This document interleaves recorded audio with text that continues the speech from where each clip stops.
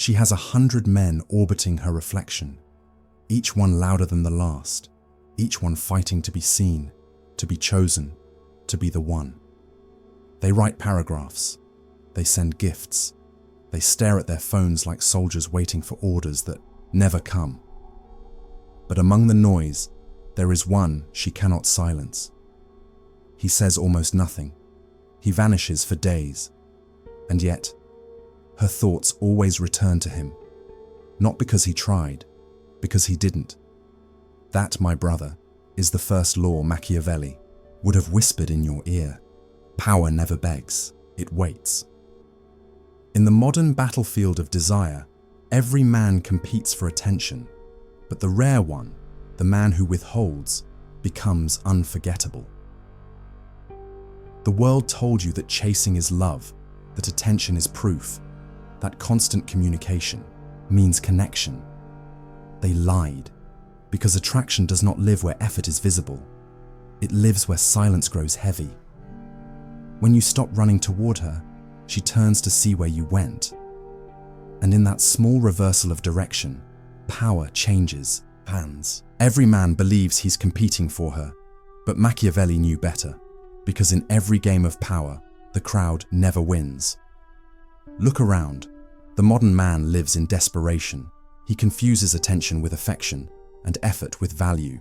He believes that if he gives more, texts more, waits longer, she will finally choose him. But desire does not work like math. It is chemistry, and chemistry burns only when air is scarce. The more you offer, the faster it dies. The more available you become, the more invisible you are. That is the illusion of competition.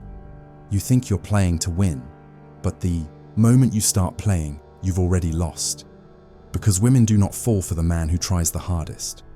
They fall for the one who seems to need nothing, the one who walks through their attention as if it's smoke, felt but never held. She has men showing up in luxury cars, men with perfect smiles, men who talk about how different she is. They all share one weakness, hunger, and hunger is not attractive. It is predictable.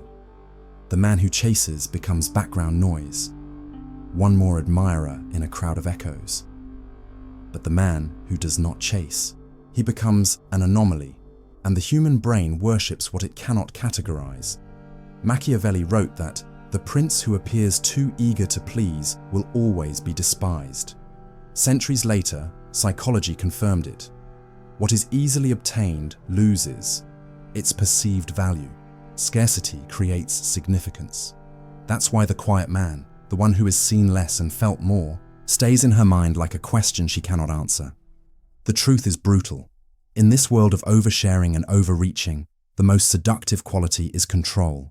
Not control over her, control over yourself. When you stop competing, you create contrast. When you stop explaining, you create mystery.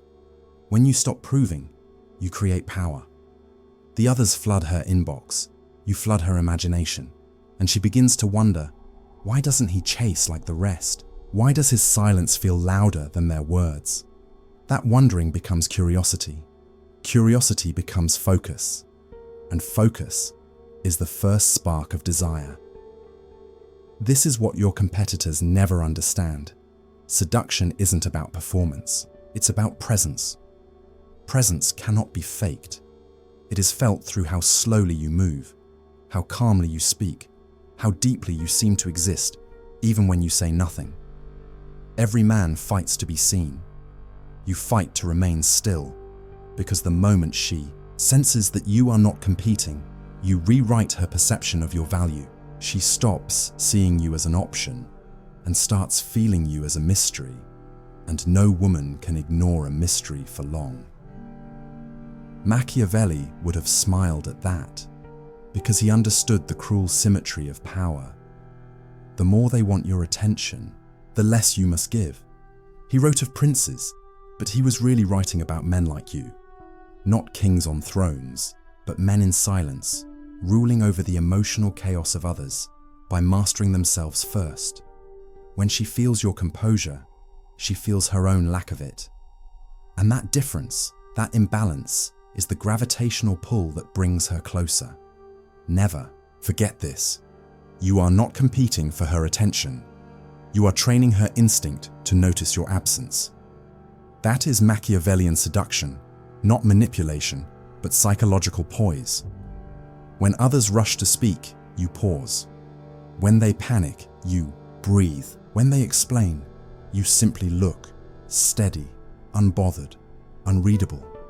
And while they chase her validation, she begins chasing your calm. Every kingdom falls to the one who refuses to kneel. That is not arrogance. That is balance. Because the more grounded you are in your silence, the louder your energy becomes. That, my brother, is the first chapter of power. And now, we enter the second law. Words reveal weakness. Silence reveals control. You've been taught to speak, to explain, to prove your worth through endless communication. But Machiavelli would have warned you. Every unnecessary word is a confession of need, because words chase clarity, and clarity kills curiosity. The moment she understands everything about you, the game is over. She can no longer imagine you, and imagination is the birthplace of desire. Silence is the rarest language in the modern world. It terrifies most men because they mistake it for emptiness. But a man of power knows. Silence is not the absence of words. It's the presence of control. When you pause, when you withhold, you shift the frame of the interaction.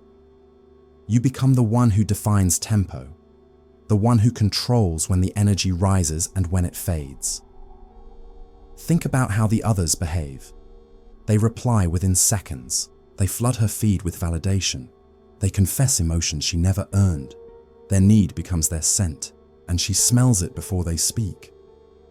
But your silence, your calm delay, your deliberate distance, does something different. It forces her to feel uncertainty, and uncertainty is not weakness.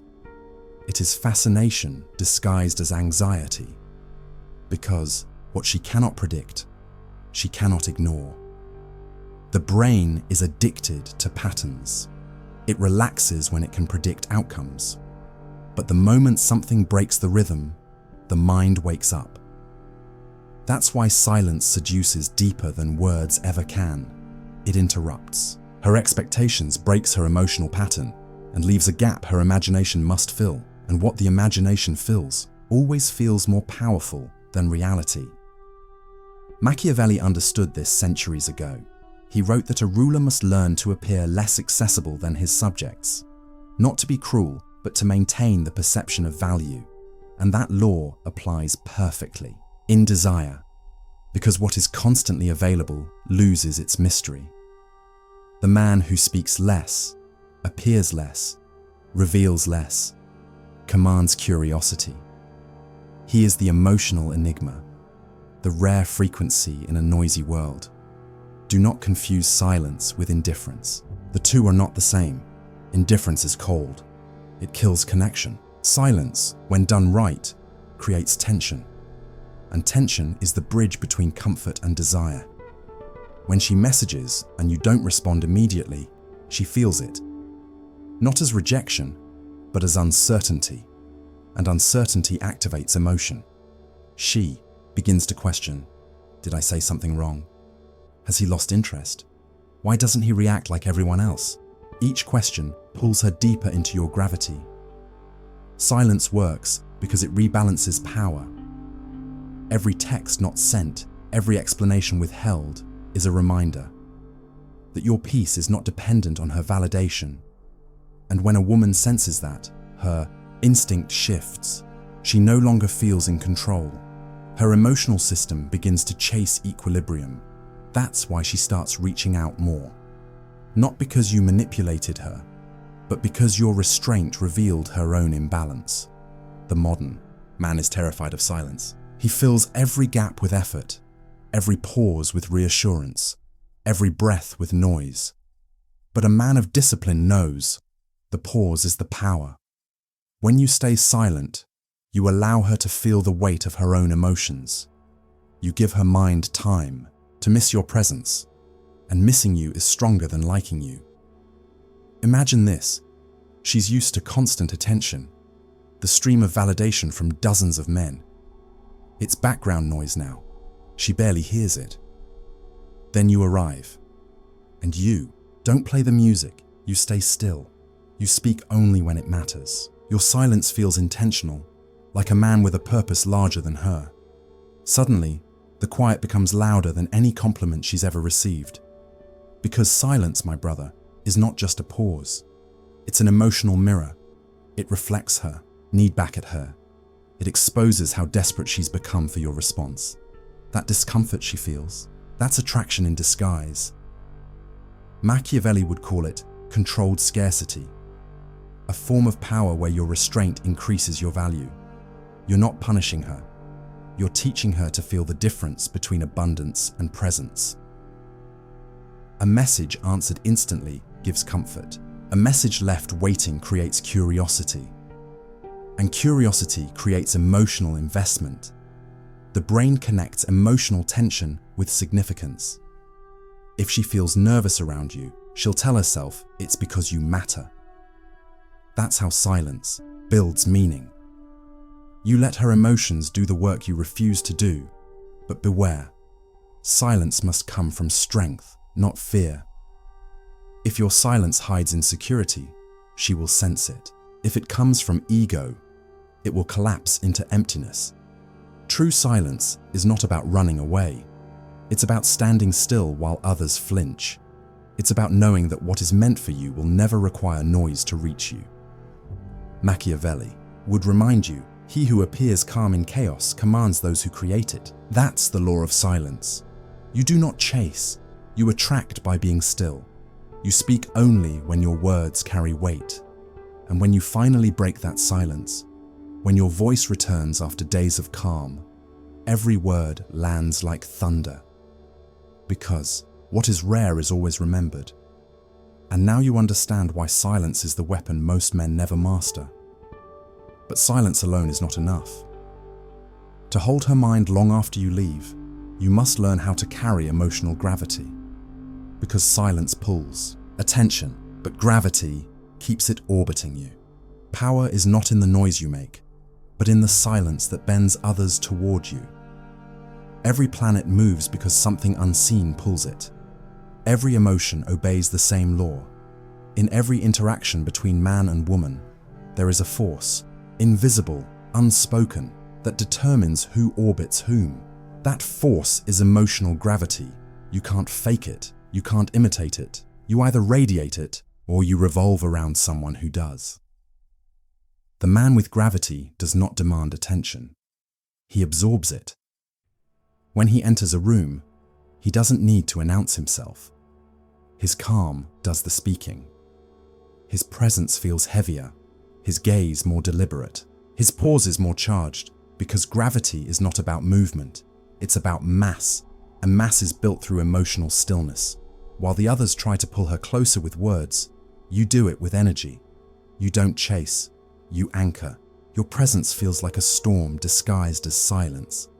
She can feel that you're not like the rest, but she can't explain why. She feels it in her heartbeat, in the way her breathing changes when you look at her. That's the field you create. Invisible, but undeniable. Machiavelli would have called this the art of invisible dominance. To influence without command, to seduce without action. Every man can touch her body, few can touch her emotions, and only the rare one can disturb her balance without saying a word. That's the one she never forgets, because the female mind doesn't bond through logic. It bonds through emotional stimulation. It remembers intensity, not perfection. And intensity isn't noise, it's energy. The man with emotional gravity can sit in silence and still make her feel as if something important is happening. That's the paradox of power. The less you do, the more she feels. You must understand this. Women don't chase perfection. They chase energy that feels rare.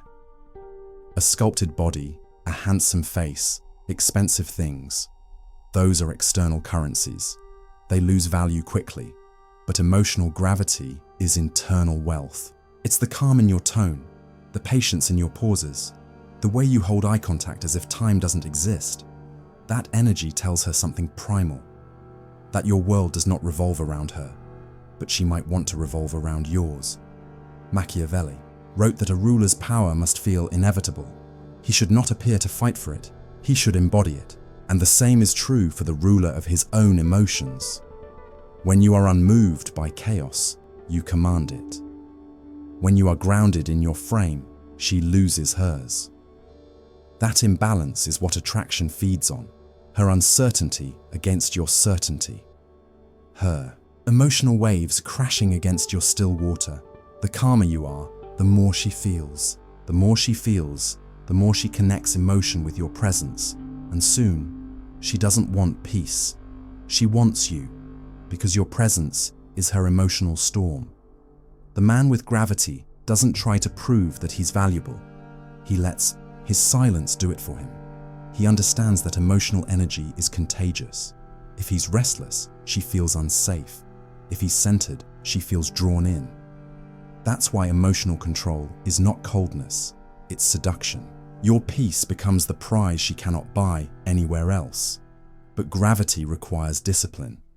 You cannot build it by pretending to be calm. You build it by becoming immune to reaction. You stop replying out of fear. You stop explaining out of guilt. You stop performing to please, and in that emptiness, something rare begins to form. Emotional weight. That weight is not arrogance, it's authority.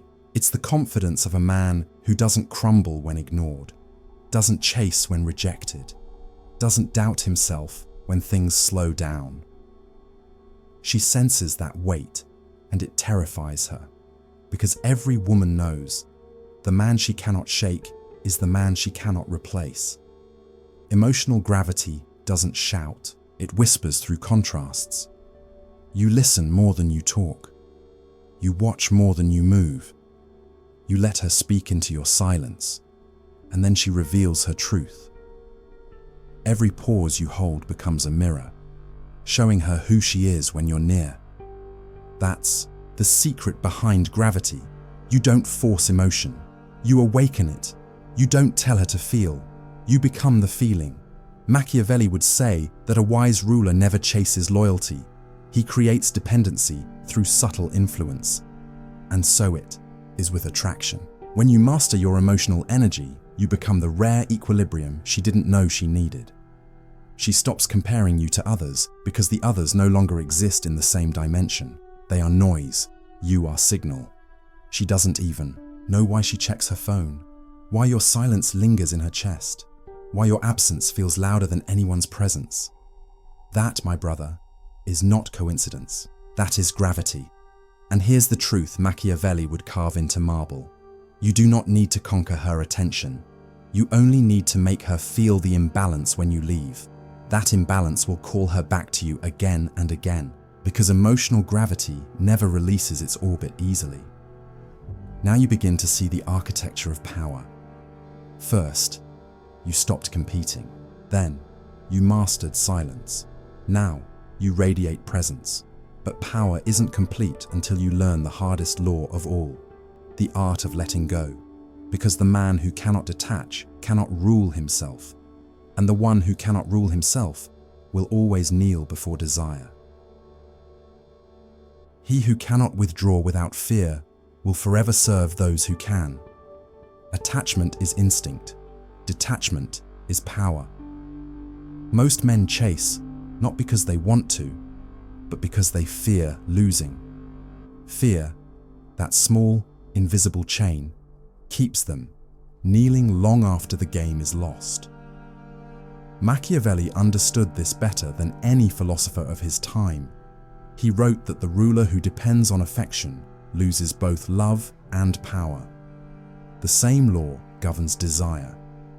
When your happiness depends on her validation, you are no longer a man in control. You are a servant to her moods. And the man who serves emotion cannot command attraction. Detachment is not coldness, it is clarity.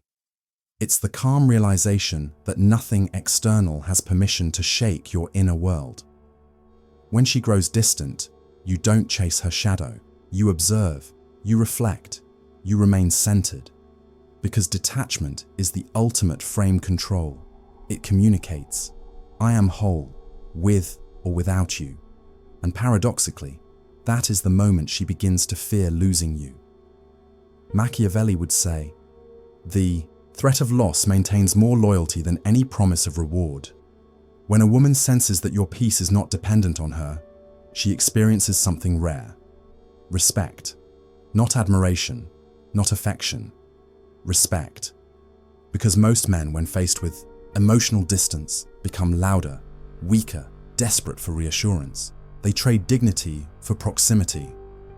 But the Machiavellian man stays still. He refuses to fight for access. He knows that silence and absence are sometimes louder than pleading. To detach is to reclaim your energy, to stop bleeding attention into spaces that do not multiply it. Every time you withhold the urge to text again, you sharpen your power. Every time you walk away from confusion, you strengthen your frame. Every time you let go of what disrespects your peace, you expand your gravity. That is the training ground of kings, the emotional battlefield where discipline becomes dominance. Detachment doesn't mean you stop feeling, it means you stop reacting. Feelings arise. You let them pass through, but you never let them command you. This level of composure is rare because it requires you to confront your ego. The ego that whispers, "Don't let her go, she'll forget you." And you answer, "If she can forget me, I was never truly remembered." The paradox of detachment is brutal but beautiful. When you can walk away without anger, you become unforgettable. Because emotional calm in the face of rejection signals abundance. It tells her and the world that your worth doesn't collapse under silence. Most men lose their center the moment a woman withdraws. You lose nothing, because you never gave control away. There is a subtle majesty in restraint, the quiet act of stepping back while others cling. That's when she realizes you are not like the rest. You don't beg to stay. You choose to remain, only where energy flows both ways. Your distance becomes a mirror to her conscience. Your absence makes her feel the cost of taking your presence for granted.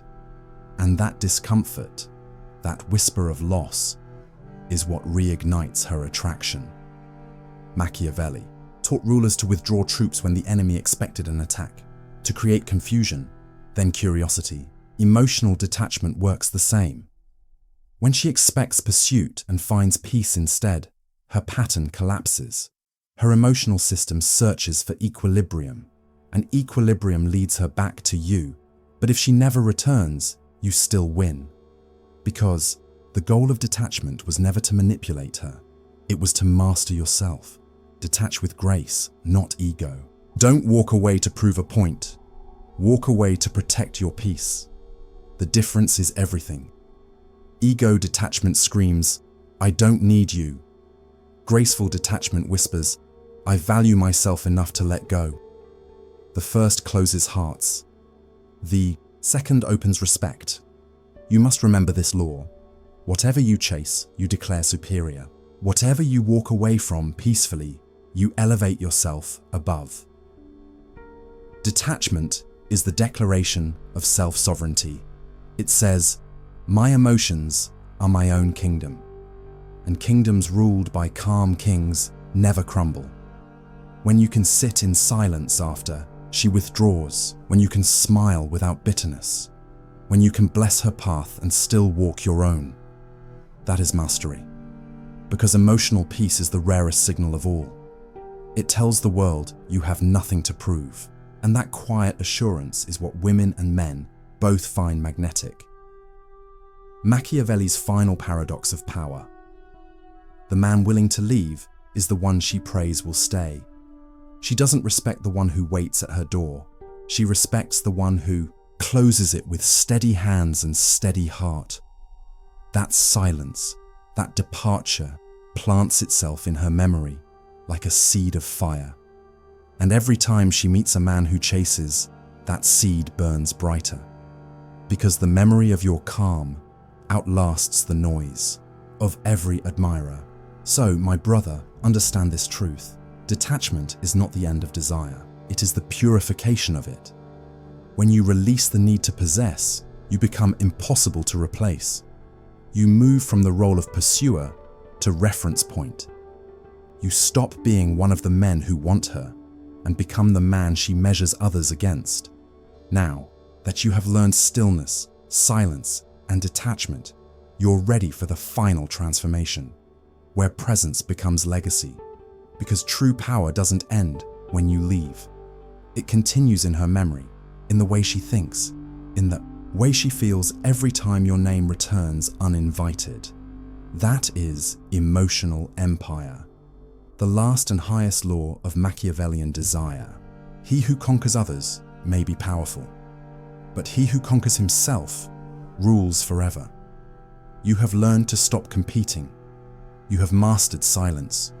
You have discovered the calm pull of emotional gravity, and you have practiced the sacred detachment of kings. Now comes the last transformation, when control turns into legacy, because the highest form of power is not to make her obey in your presence, but to make her feel you in your absence. That is the birth of the emotional empire. Every empire begins the same way, not with armies, but with belief. Your empire is not built on territory or followers. It is built on memory, on the emotions you leave behind long after the conversation ends. Every pause that made her think, every silence that forced reflection, every moment she felt your calm piercing through her chaos, those become monuments in her mind, statues of feeling she cannot tear down. Machiavelli wrote that the wise ruler conquers hearts through perception, not force. He understood what most men still ignore. Control is an illusion until emotion obeys you. And emotion obeys only one master: certainty. Certainty in your walk, in your tone, in your boundaries. When you project unshakable self-belief, you install it inside her perception. You don't have to convince her you are rare. Her body already believes it. Your empire expands every time you choose restraint over reaction. Every time you smile instead of explain. Every time you end a conversation before it ends you. That's how kings rule without crowns, through presence. You do not chase loyalty, you create it by being unforgettable.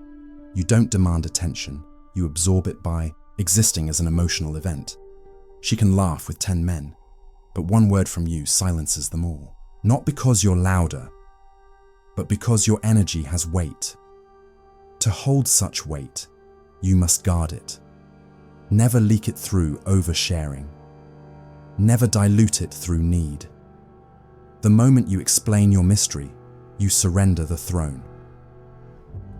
Remember this: a king never argues. He declares through calm action. You don't announce your worth, you behave as if it's sacred, and the world adjusts around you.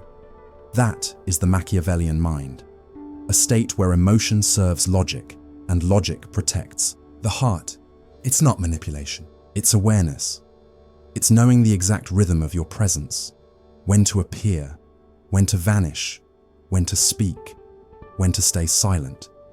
Every act intentional, every word measured, every absence meaningful, because chaos obeys precision. The man, ruled by impulse, dies 1,000 tiny deaths. In texts he shouldn't have sent, in apologies he didn't owe, in validation he begged to feel alive. But the man who rules his energy never dies in love. He only evolves. His detachment doesn't make him untouchable, it makes him immortal in memory. Picture her months later, another man beside her, another voice in her ear, but none of it feels the same, because the rhythm of your calm still echoes beneath her thoughts. Your absence became her standard. Your silence became her soundtrack. That is not magic. That is mastery. You didn't trick her mind. You trained it to associate peace with your name, and the brain never forgets its source of calm. Machiavelli would call this the final victory, the conquest achieved without battle. You ruled without asking. You were remembered without insisting. You influenced without control. That is power without possession. But there's one final lesson he would whisper. The empire must be ruled, not worshipped. Meaning, never become addicted to the power itself. The moment you need it, you lose it. Detach even from your dominance. Lead it, but never depend on it. True control is gentle. It doesn't crush. It calibrates. It doesn't prove. It radiates. So, what does the Machiavellian man look like at the end of his journey? He speaks rarely. He listens deeply. He walks like time bends around him. He smiles like he knows a secret the world forgot. Women feel him before they understand him. Men sense authority in his stillness. He is not chasing peace. He is peace. And when love arrives, he welcomes it with open palms, not clenched fists, because he knows the only love worth keeping is the one that doesn't threaten his peace. He can give deeply because he can walk away freely. He can stay truly present because he isn't afraid of absence. That paradox of strength wrapped in serenity is the heart of Machiavellian seduction. So remember, brother, you are not here to impress. You are here to express, not to be chosen, but to become the choice itself. Let others compete in noise. You will conquer in silence, because the man who owns his emotions owns the field of attraction. Power is not about being needed. It's about being felt, even when unseen. That is Machiavelli's final law. That is the code of desire, and that is how you make her crave you in silence. If this message stirred something inside you, if you felt that quiet shift, that realization that you are not meant to chase, but to command, then you already belong to the few, the 10% who see through the illusion. Don't just watch. Join the order. Subscribe, not for support, but as a declaration, a statement that you are done living in noise and ready to move in silence. Welcome to the Brotherhood of Control. This is Machiavelli's Code.